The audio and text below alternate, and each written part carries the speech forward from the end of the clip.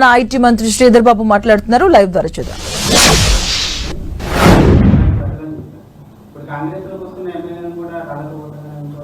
ఇప్పుడు ఆ రోజు ఏ విధంగా తీసుకుపోయినరు,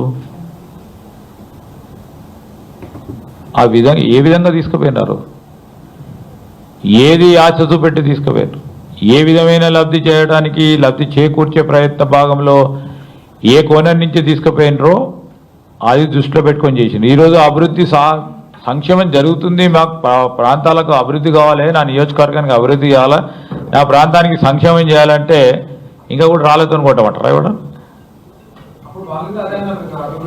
వాళ్ళకి ఏందో ప్రజలకు తెలుసు కనుకనే, మాకు కూడా తెలుసు కనుకనే ఆ రోజు చెప్పడం జరిగింది మా ప్రతిపక్ష నేతకు సంబంధించి. ఏమంది గౌరవ హైకోర్టు, ఏమంది దానిలో, ఏమంది ప్రక్రియను మొదలుపెట్టమంది, ఏమంది దానిలో ఏమో పోయి రేపు పొద్దున నిర్ణయం చేసుకొని, నిర్ణయం ఈ విధంగా ఉంది, ఈ విధంగా అమలు చేయమని అందా?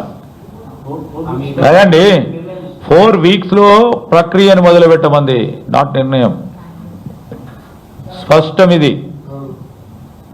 ఈరోజు మేము చెప్తా ఉన్నాం ప్రక్రియను మొదలు పెట్టమంది. కోర్టుకు సంబంధించి ఆ అధికారం కూడా, ప్రక్రియ మొదలుపెట్టే అధికారానికి సంబంధించిన అంశం విషయంలో కూడా లీగల్ ల్యూమినరీస్ ఈరోజు న్యాయపరంగా ఉన్న అనేక మంది ప్రముఖంగా ఉన్న న్యాయవాదులు కూడా దాన్ని కూడా సమీక్షిస్తూ ఉన్నారు. ఎంతవరకు న్యాయస్థానాలు ఈ 10th షెడ్యూల్కు సంబంధించిన అంశం విషయంలో న్యాయస్థానాలు లెజిస్లేచర్కు సంబంధించిన అంశం విషయంలో డైరెక్షన్ ఇవ్వచ్చా రాదా అనే అంశాన్ని కూడా సమీక్ష చేస్తూ ఉన్నారు. తప్పకుండా ఆ కోణంలో గురించి కూడా అందరూ ఆలోచన చేస్తారు. ఎంతవరకు రాజ్యాంగం నిర్ణయం చేసిన అధికారాలు, ఆ అధికారాలకు సంబంధించిన లిమిటేషన్స్,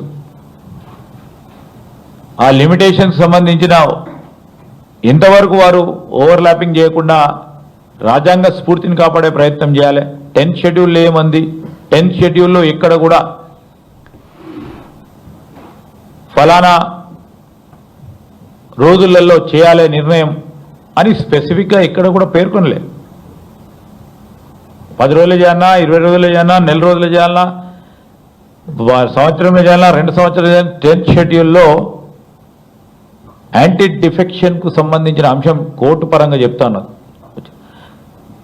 ఎక్కడ కూడా మెన్షన్ చేయలే. లేదు, there is nothing in 10th schedule.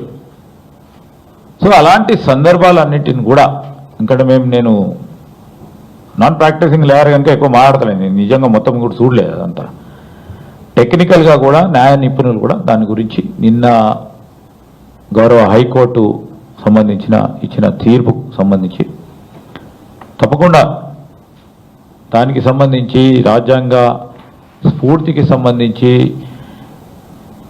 Judiciary ఎంతవరకు లెజిస్లేచర్ని కానీ ఆదేశించవచ్చు